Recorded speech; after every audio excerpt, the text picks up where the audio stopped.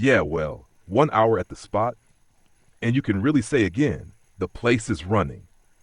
So, the 34 sandbank runs consistently.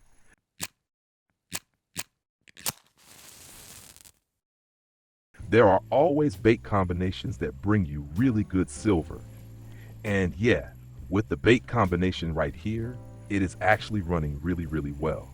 Most of the time, you don't even get to let the bait fully reach the bottom because the fish often bite before it even gets there. And even on the bottom, it usually doesn't take long until the first or the next fish bites again. So I'm now here at, yeah, a bit over an hour and pretty much one fish per minute. And there goes the next one already. So it's looking really good. I'm currently fishing with well, I'd say relatively cheap beginner set for the Norwegian Sea, as shown in the Norwegian Sea start video or the what to buy in-game setup video. So really simple with the reel and fishing here with the Sensi. We'll take another detailed look in a moment. And so far, I still haven't had a fish that really pushed me to the limit. The reel also hasn't really reached its limit yet. Sure, with some of the bigger fish you can feel the drag getting a bit close, but you can always just tighten the drag or switch into the power gear. And oh, there's the next one. And then yeah, you just pull the fish in again without trouble.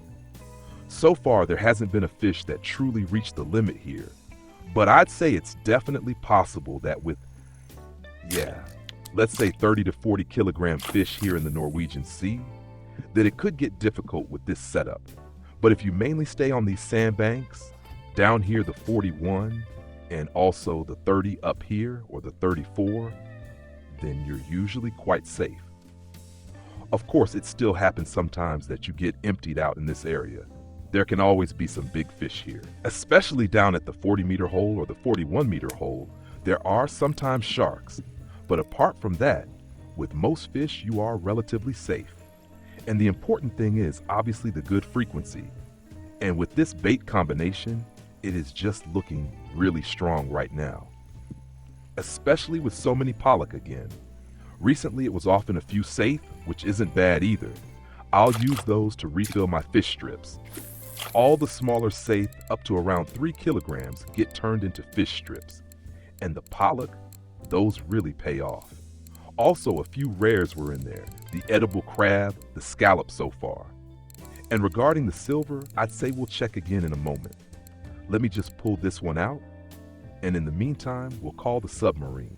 So a good hour now passed, and let's see what this brought in during that time.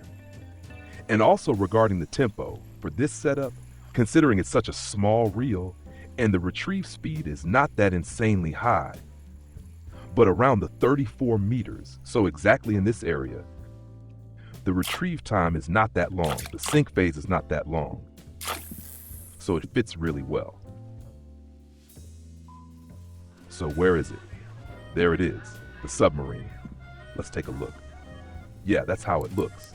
What does the time say? 1 hour and 8 minutes now. This was the first fish here, sorted by price.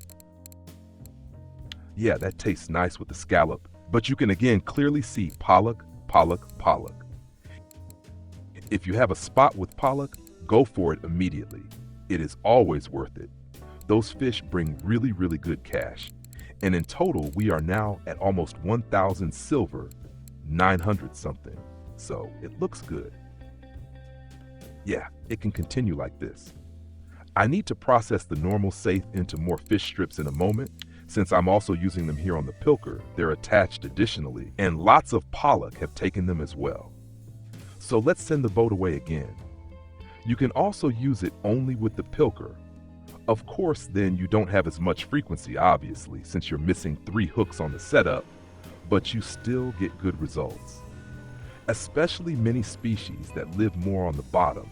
And if you have a spot where eelpout come in a lot, or the place, then it's worth it for silver when the Pilker has more time to sink, so that it actually reaches the bottom.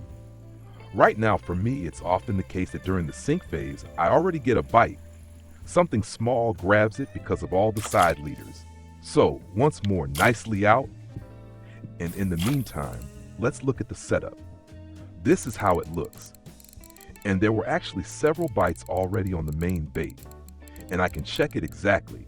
When I removed the fillets, I had 33 fish on the main bait and the rest on the side leaders. So that means roughly half of all fish were only on the lure, that is on the pilker. And accordingly, you can say you also make about half the silver, even if you don't have the side leaders yet. So around 400 to 500 silver is easily in it if you stand here at the 34 and stay near the bottom.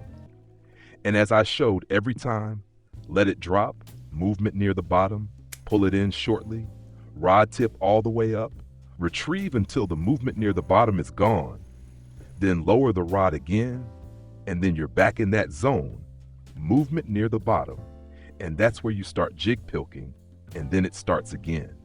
And there's the next one. So yeah, that's that. I'm really satisfied.